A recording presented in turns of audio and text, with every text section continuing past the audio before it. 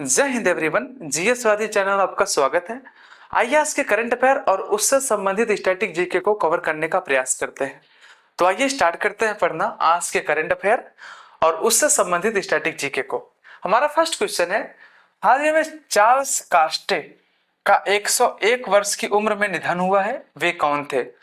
अगर बात करें चार्ल्स कास्टे के, तो ये जो है एक साइकिलिस्ट थे, यानी कि साइकिल से एक क्षेत्र से दूसरे क्षेत्र की यात्रा किया करते थे और 101 वर्ष की उम्र में इनका निधन हो गया है। यानी कि वो क्या थे? साइकिलिस्ट थे। यानी कि हमारा ऑप्शन नंबर डी एकदम करेक्ट है। आइए बात करते हैं नेक्स्ट क्वेश्चन की। नेक्स्ट क्वेश्चन है, हाल ही में किस बैंक ने अपने कर्मचारियों के बहुआयामी व्यक्तित्व को सम्मानित करने हेतु एक अनूठी पहल स्टार्ट किया है? तो उस बैंक का नाम बताइए। तो उस बैंक का नाम है स्टेट बैंक ऑफ इंडिया, यानी कि एसबीआई। तो आप कह सकते हैं ऑप्शन नंबर बी आपका एकदम करेक्ट है। कौन? एसबीआई। अगर बात करें एसबीआई की, तो इसका हेडक्वार्टर मुंबई में है। आइए थोड़ा सा एसबीआई के इतिहास को जानते हैं। होता क्या है, 1806 में अंग्रेजों ने कलकत्ता प्रेसिडेंसी बैंक की स्थापना किया। कलकत्ता प्रेसिडेंसी बैंक की स्थापना किया और 1840 में बॉम्बे प्रेसिडेंसी बैंक की स्थापना किया और 1843 में मद्रास प्रेसिडेंसी बैंक की स्थापना किया और 1921 में क्या किया, इन तीनों बैंकों को मर्ज करके एक नया नाम बनाया, जिसका नाम क्या था? Imperial bank of India.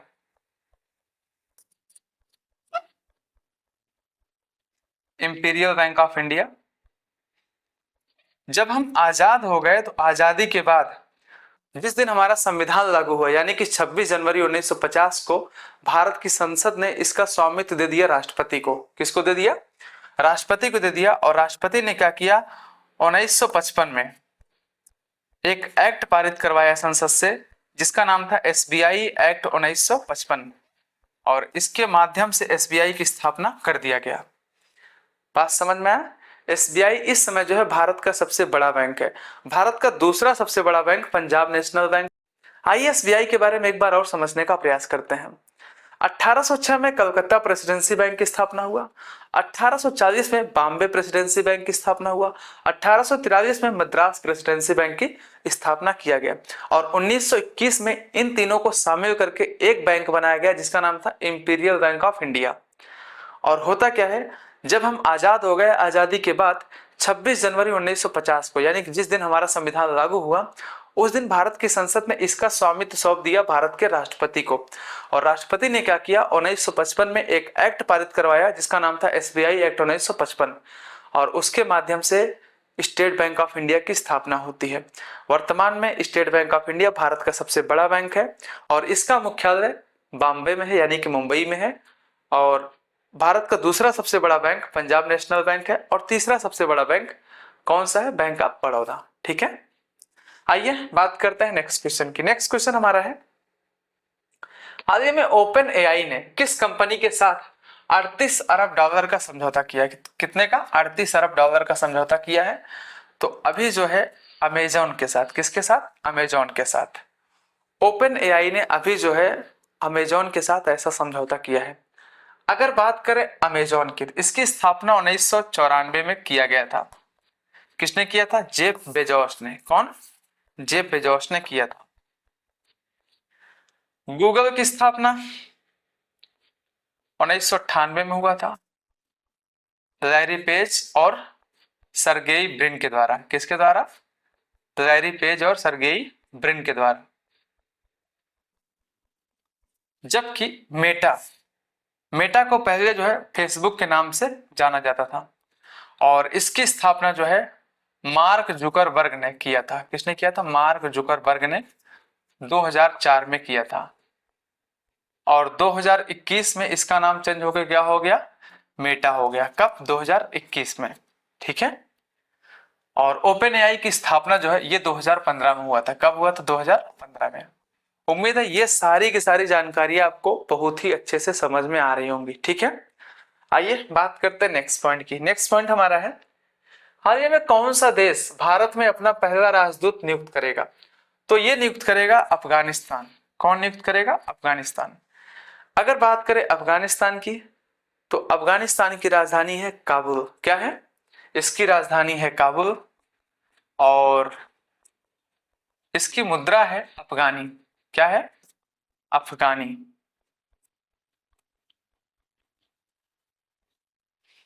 आप कमेंट करके बताएं कि भारत का अफगानिस्तान से कितने किलोमीटर की बाउंड्री लाइन लगती है, यानी कि टच होती है। ठीक, ये हमारा क्वेश्चन है आपसे। नेक्स्ट क्वेश्चन हमारा है, हाल ही में जारी QS world university ranking Asia 2026 में कौन शीर्ष पर है? इसमें कौन शीर्ष पर है? तो इसमें है शीर्ष पर यूनिवर्सिटी ऑफ हांगकांग। कौन है? यूनिवर्सिटी ऑफ हांगकांग, यानी कि ऑप्शन नंबर सी एकदम करेक्ट है। इसमें जानते हैं भारत की यूनिवर्सिटी जो है 59वें नंबर पर आती है और आईआईटी कानपुर है वो किस नंबर पर? 59वें नंबर पर। ये हमारी दुर्दशा है, ये बात समझना। आइए बात करते हैं नेक्स्ट क्वेश्चन की। नेक्स्ट क्वेश्चन हमारा है, हाल ही में किसे 2025 बुकर पुरस्कार हेतु चयनित किया गया है? तो ये चयनित किया गया किरण देसाई जी को। किसको? किरण देसाई को, यानी कि ऑप्शन नंबर बी आपका एकदम करेक्ट है। आइए बात करते हैं नेक्स्ट क्वेश्चन की। नेक्स्ट क्वेश्चन है, हाल ही में किसे डिजिटल इंडिया कॉर्पोरेशन के एमडी और सीईओ के तौर पर एक्सटेंशन मिला है? ये मिल रहा है नंद कुमारम को। किसको? नंद कुमारम को, यानी कि ऑप्शन नंबर बी आपका एकदम करेक्ट है। ठीक है, नेक्स्ट क्वेश्चन है हमारा, हाल ही में राष्ट्रपति मुर्मू ने किस राज्य की विधानसभा के रजत जयंती यानी कि 25 वर्ष हो गया है समारोह को संबोधित किया है? तो ये है उत्तराखंड का जो है विधानसभा, इसको संबोधित किया गया है द्रौपदी मुर्मू जी के द्वारा, यानी कि ऑप्शन नंबर सी आपका एकदम करेक्ट है। अगर बात करें राष्ट्रपति के बारे में, तो अनुच्छेद 72 में राष्ट्रपति के द्वारा दिया गया क्षमा याचना की चर्चा किया गया है और जो है द्रौपदी मुर्मू इस समय जो है 15वीं नंबर की राष्ट्रपति हैं। किस नंबर की? 15वीं नंबर की राष्ट्रपति हैं। ज्ञानी जैल सिंह, डॉक्टर ज्ञानी जैल सिंह ऐसे राष्ट्रपति हैं जिसने पहली बार पॉकेट वीटो का यूज किया था। किसका यूज किया था? पॉकेट वीटो का यूज किया था। और नीलम संजीव रेड्डी, कौन? नीलम संजीव रेड्डी भारत के प्रथम ऐसे राष्ट्रपति हैं जो निर्विरोध चुने गए थे। कैसे? निर्विरोध चुने गए थे।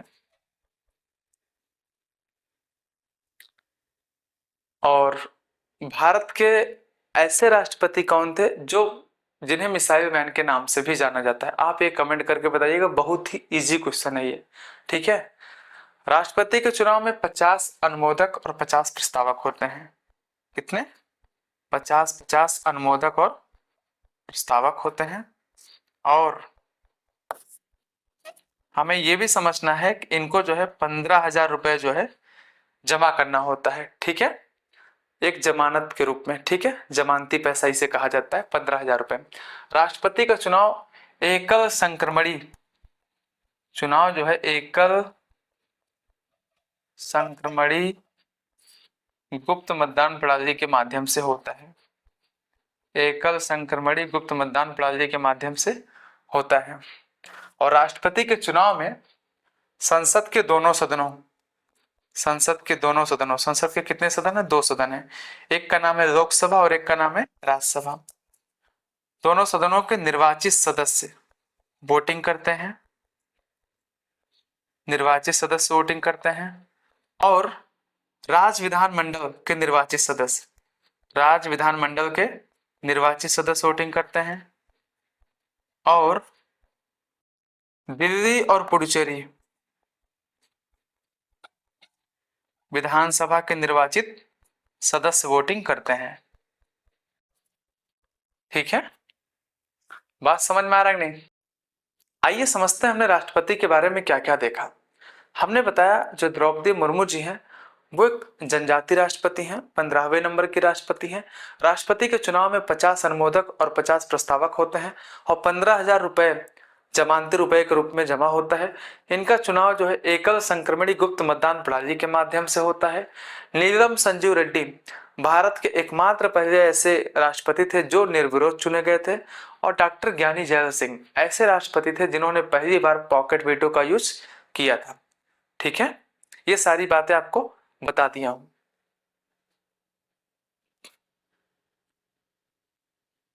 नेक्स्ट क्वेश्चन है, हाल ही में कौन 2025 में वैश्विक शांति प्रार्थना महोत्सव की मेजबानी करेगा? तो ये मेजबानी करेगा अभी भूटान। कौन? भूटान, यानी कि ऑप्शन नंबर डी आपका एकदम करेक्ट है। भूटान की राजधानी बार बार बताता हूं, थिम्पू है। और यहाँ की मुद्रा है नगोल ट्रम। क्या है? नगोल ट्रम। भारत से भूटान की जो सीमा होती है वो 699 किलोमीटर की लगती है। और भूटान के पश्चिम में, अगर ये भूटान है तो भूटान के पश्चिम में भारत का सिक्किम राज्य है। कौन सा राज्य? सिक्किम राज्य। जबकि पूरब में जो है अरुणाचल प्रदेश है। और दक्षिण में जो है दो राज्य है, एक का नाम है वेस्ट बंगाल और एक का नाम है असम। ठीक, इनसे टोटल कितने किलोमीटर की सीमा साझा होती है? 699 किलोमीटर की। आइए बात करते हैं नेक्स्ट क्वेश्चन की। नेक्स्ट क्वेश्चन हमारा है, हाल ही में भारत और इजराइल के बीच रक्षा सहयोग पर संयुक्त कार्य समूह की 17वीं बैठक आज आयोजित हुई है। आज क्या, ये जो है कल ही आयोजित की गई है।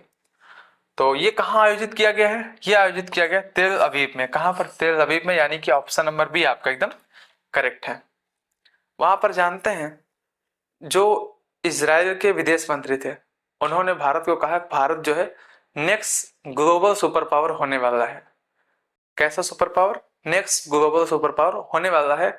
और उन्हीं की बातों को कॉपी करते हुए जो फिनलैंड के विदेश मंत्री थे उन्होंने भी ऐसा कहा, हाँ भारत जरूर जो है नेक्स्ट ग्लोबल सुपर पावर बनने वाला है। ठीक है, आइए बात करते हैं नेक्स्ट क्वेश्चन की। नेक्स्ट क्वेश्चन हमारा है, हाल ही में किसे डीआरडीओ के डीआरडीएल हैदराबाद का डायरेक्टर नियुक्त किया गया है? तो ये नियुक्त किया गया है अंकाथी राजू को। किसको नियुक्त किया गया है? अंकाथी राजू को, यानी कि ऑप्शन नंबर सी आपका एकदम करेक्ट है। देखिए, अगर बात करें डीआरडीओ की तो डीआरडीओ का फुल फॉर्म होता है डिफेंस रिसर्च डेवलपमेंट ऑर्गेनाइजेशन। क्या होता है? Defence research development organisation. इसकी स्थापना जो है 1958 को हुआ था। और इसका मुख्यालय जो है वो है नई दिल्ली में। कहां पर है? नई दिल्ली में। इसका जो आदर्श वाक्य है उसका नाम है बलस्य मूलम विज्ञानम। बलस्य मूलम विज्ञानम। और डीआरडीएल का फुल फॉर्म होता है डिफेंस रिसर्च डेवलपमेंट लेबोरेटरी होता है। ठीक है, बात समझ में आया? हमने क्या देखा? हमने देखा डीआरडीओ के बारे में। डीआरडीओ का फुल फॉर्म होता है डिफेंस रिसर्च डेवलपमेंट ऑर्गेनाइजेशन। इसकी स्थापना हुआ था 1958 में और इसका हेडक्वार्टर नई दिल्ली में है। हमने देखा कि इसका आदर्श वाक्य है बलस्य मूलम विज्ञानम। और डीआरडीएल का फुल फॉर्म होता है डिफेंस रिसर्च डेवलपमेंट लेबोरेटरी। ठीक है, आइए बात करते हैं नेक्स्ट पॉइंट की। नेक्स्ट पॉइंट हमारा है, हाल ही में किस देश के पूर्व उपराष्ट्रपति डिक चेनी का निधन हुआ है? डिक चेनी, अगर बात करें डिक चेनी के बारे में तो ये जो है अमेरिका के पूर्व राष्ट्रपति थे। कहाँ के? अमेरिका के पूर्व राष्ट्रपति ये थे। अगर बात करें अमेरिका की तो अमेरिका की राजधानी का नाम है वाशिंगटन डीसी। क्या है? Washington DC. एक मजे की बात यह है, जो वाशिंगटन थे वो अमेरिका के पहले राष्ट्रपति भी थे। उनका भी नाम क्या था? वाशिंगटन था। और अमेरिका की मुद्रा क्या है? डॉलर है, जो कि दुनिया में राज कर रही है। अमेरिका की स्थापना होती है 4 जुलाई 1776 को, यानी कि अमेरिका जो है 4 जुलाई 1776 को अंग्रेजों से आजाद होता है। और इसने क्या किया? 1787 में फिलाडेल्फिया सम्मेलन के माध्यम से, किसके माध्यम से? फिलाडेल्फिया सम्मेलन के माध्यम से अपने देश के संविधान का निर्माण करना शुरू कर दिया। और यह संविधान जो 1789 में जो है लागू हो गया। और ये संविधान जो है ये दुनिया का पहला लिखित संविधान था। कैसा संविधान था? दुनिया का पहला लिखित संविधान था। और अमेरिका का जो राजकीय पशु है उसका नाम है बाइसन। क्या है? बाइसन। और यहाँ का जो राजकीय पक्षी है उसका नाम है गंजाबाज या गंजा चील। और अमेरिका का जो राजकीय वो है पुष्प है उसका नाम है रोज। और अमेरिका का जो राजकीय खेल है उसका नाम है बेसबॉल। क्या है? बेसबॉल। ठीक, बात समझ में आया? तो हमने क्या देखा? हमने देखा जो है डिक चेनी वो अमेरिका के पूर्व उपराष्ट्रपति थे, उनका निधन हो गया। अमेरिका 4 जुलाई 1776 को ब्रिटेन से आजाद हुआ था। और इसने क्या किया, 1787 में फिलाडेल्फिया सम्मेलन के दौरान अपने देश का संविधान जो है लिखना शुरू कर दिया। और ये जो है दुनिया का पहला लिखित संविधान था। और 1789 में इसे लागू भी कर दिया। किसको? अपने देश के संविधान को। और अमेरिका के जो पहले राष्ट्रपति थे उनका नाम था वाशिंगटन। और वाशिंगटन डीसी जो अमेरिका की राजधानी भी है। यहाँ की मुद्रा है डॉलर, जो कि दुनिया पे राज करती है। अमेरिका का राष्ट्रीय पशु है बाइसन। और यहाँ का राष्ट्रीय पक्षी है गंजाबाज या गंजा चील। और यहाँ का राजकीय पुष्प है रोज। और यहाँ का राष्ट्रीय खेल है बेसबॉल। ठीक है, आइए चर्चा करते हैं नेक्स्ट क्वेश्चन की। नेक्स्ट क्वेश्चन हमारा है, हाल ही में किस राज्य की गोगाबिल झीलें, कौन सी झील? गोगाबिल झीलें भारत की 94वीं कौन सी 94th नंबर की रामसर साइट बनी है। ये जो गोगाबिल है नहीं, ये झील जो है ये बिहार में है। कहां पर है? बिहार में है। और ये जो है अपने देश की जो है 94th नंबर का क्या बना है? रामसर साइट बनी है। कितने नंबर का? 94वें नंबर का। और इसके पहले जो 92वां और 93वां नंबर का था वो भी बिहार का ही था। ठीक है, अगर बात करें रामसर के बारे में, रामसर के बारे में तो होता क्या है, 2 फरवरी 1971 को ईरान के रामसर में, किसके रामसर में? ईरान के रामसर में दुनिया भर के आर्द्र भूमियों को सुरक्षित और संरक्षित करने हेतु इस सम्मेलन का आयोजन किया गया 2 फरवरी 1971 को। और ये जो सम्मेलन है इससे जो है सफलतापूर्वक 1975 में इसको लागू कर दिया गया। और भारत ने क्या किया, 1982 में इसे अपनाया। इंडिया ने क्या किया, इसे 1982 में अपनाया। और जो है भारत ने क्या किया, केवलादेव राष्ट्रीय उद्यान और जो है चिल्का झील को प्रथम 2 राष्ट्रीय उद्यान, ये जो है इनको जो है रामसर साइट घोषित किया। रामसर साइट घोषित किया। अच्छा, होता क्या है, इसी के बाद भारत सरकार ने क्या किया, 1986 में NWCP बनाया। क्या बनाया? NWCP यानी कि नेशनल वेटलैंड कंजर्वेशन प्रोग्राम। और इसको जो है बाद में NWCMP में चेंज कर दिया। किसमें? NWCMP में बदल दिया। यानी कि ये जो है national wetland conservation management programme, M से मैनेजमेंट हो गया।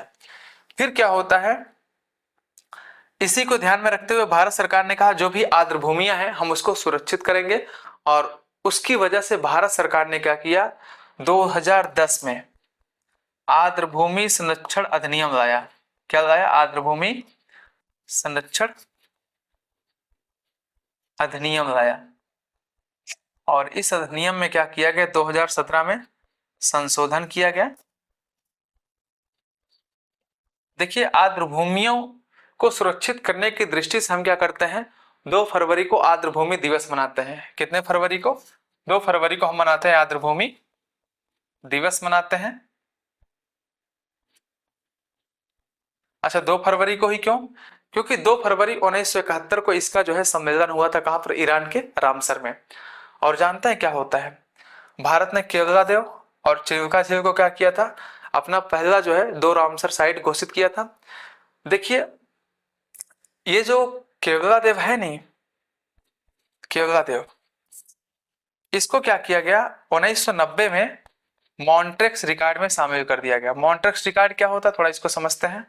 देखिए, मॉन्ट्रेक्स रिकॉर्ड का सीधा सा मतलब होता है ऐसी आर्द्र भूमियां जो संकट में है, ठीक, वो मॉन्ट्रेक्स रिकॉर्ड के अंतर्गत शामिल हो जाएंगी।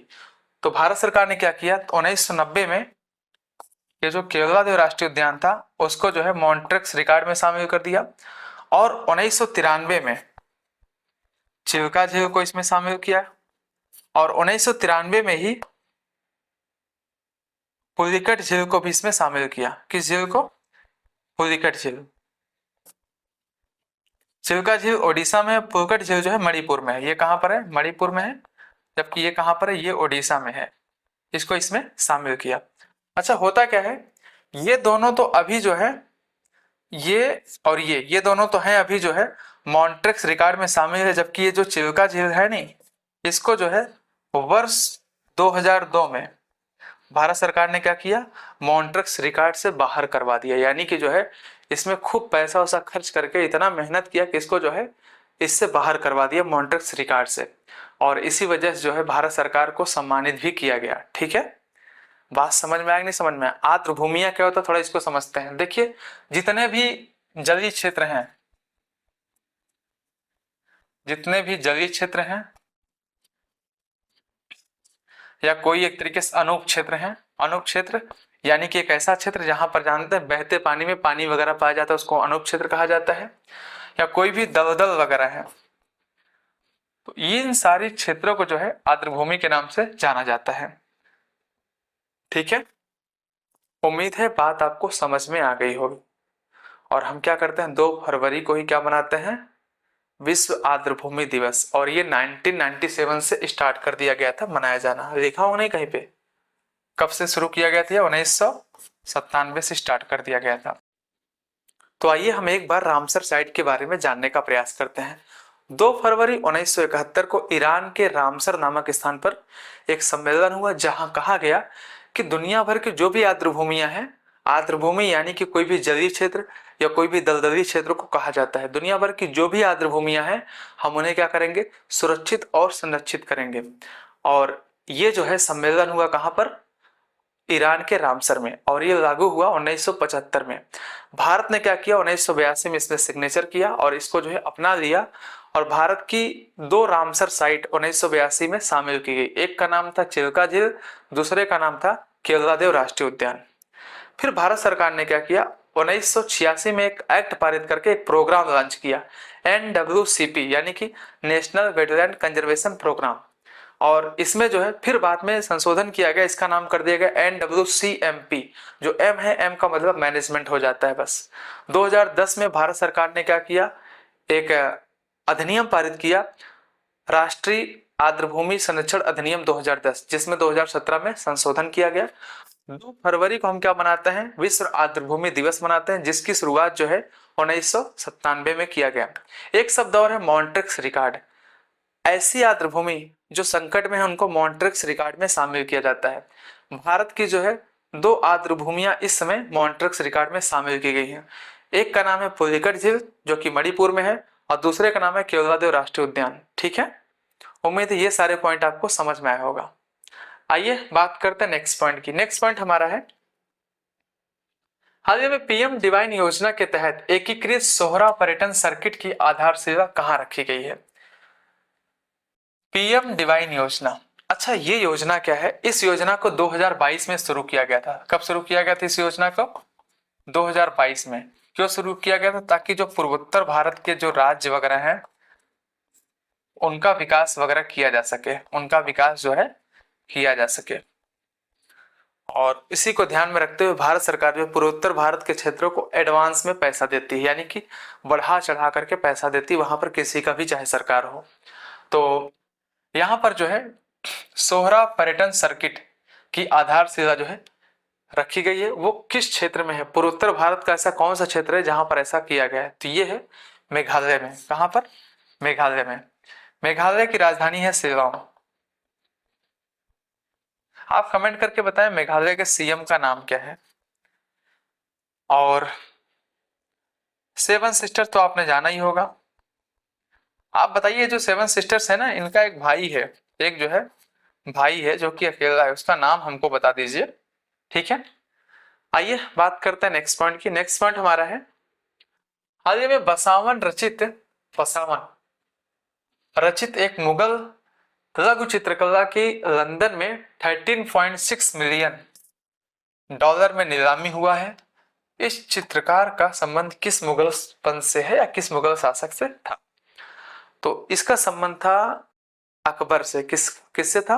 अकबर के शासन से था। यानी कि वो शासक किस वंश का था? वो शासक था मुगल वंश का और उसका नाम क्या था?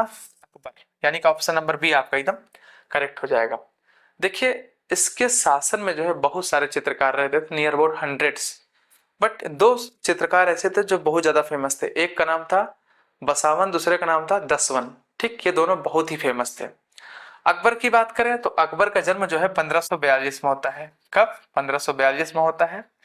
और इसका जन्म जो है वो अमरकोट के राजा के महल में होता है। क्यों के महल में होता है? क्योंकि उस समय जानते हैं हुमायूं का शेरशाह सूरी से युद्ध चल रहा था और शेरशाह सूरी ने जो है हुमायूं को पराजित कर दिया था। और होता क्या है, अकबर के पिता का क्या नाम था? अकबर के पिता का नाम था हुमायूं, जबकि अकबर के दादा का यानी कि हुमायूं के पिता का नाम था बाबर। बाबर ने क्या किया था? मुगल वंश की स्थापना किया था। किस वंश की? मुगल वंश की स्थापना कब किया था इसने? 1526 में किया था। किसको हरा करके? इब्राहिम लोधी को हरा करके। ठीक है। अच्छा, अकबर का जो पुत्र था उसका नाम था सलीम जहांगीर। इसके पुत्र का क्या नाम था? जहांगीर नाम था। और जहांगीर के कई पुत्र थे, जिसमें से जो शासन किया था उसका नाम था शाहजहां। शाहजहां ने ही क्या किया था? इसने जो है रेड फोर्ट यानी कि लाल किला की स्थापना किया था। किसने? शाहजहां ने। ठीक है। आइए बात करते हैं नेक्स्ट क्वेश्चन की। नेक्स्ट क्वेश्चन हमारा है, हाल ही में 1 लाख कलाकृतियों वाले दुनिया के सबसे बड़े पुरातात्विक संग्रहालय का उद्घाटन कहाँ हुआ है? तो ये हुआ है मिस्र में। कहां पर? मिस्र में। देखिए ये जो मिस्र है ना, मिस्र में जानते हैं 1 लाख से अधिक पुरातात्विक चीजें बनाई गई हैं। और जानते हैं इसको बनाने में नियर अबाउट 20 वर्ष लग गए हैं।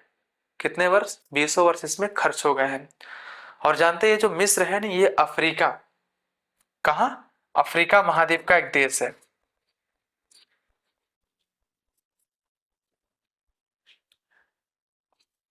मिस्र की राजधानी है काहिरा।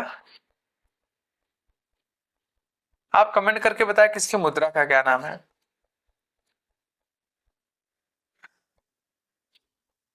और यहीं पर एक प्रायद्वीप है जिसका नाम है सिनाई प्रायद्वीप। आपने सुना होगा इसके बारे में। सिनाई प्रायद्वीप पे एक बार क्या हुआ था, इजराइल ने अटैक करके इसको कब्जे में अपने ले लिया था। तब मिस्र को इसने कहा एक काम करो, तुम मुझे जो है देश मुझे मुझे जो है एक देश की जो है उपलब्धि मेरे को दो, मान्यता दो तुम। तब क्या हुआ था? तभी मैं तुम्हारे क्षेत्र को छोड़ूंगा। तब इसको जो है मजबूरी में ऐसा करना पड़ा था। इजराइल एक छोटा सा देश है पर जानते हैं डरता नहीं किसी से कभी भी। हाल ही में WJP rule of law index 2025 में भारत को कौन सा स्थान प्राप्त हुआ है?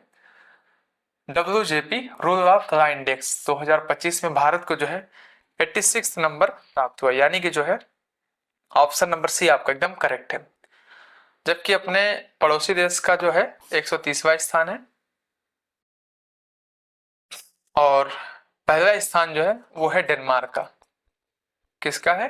डेनमार्क का जो है फर्स्ट रैंक है।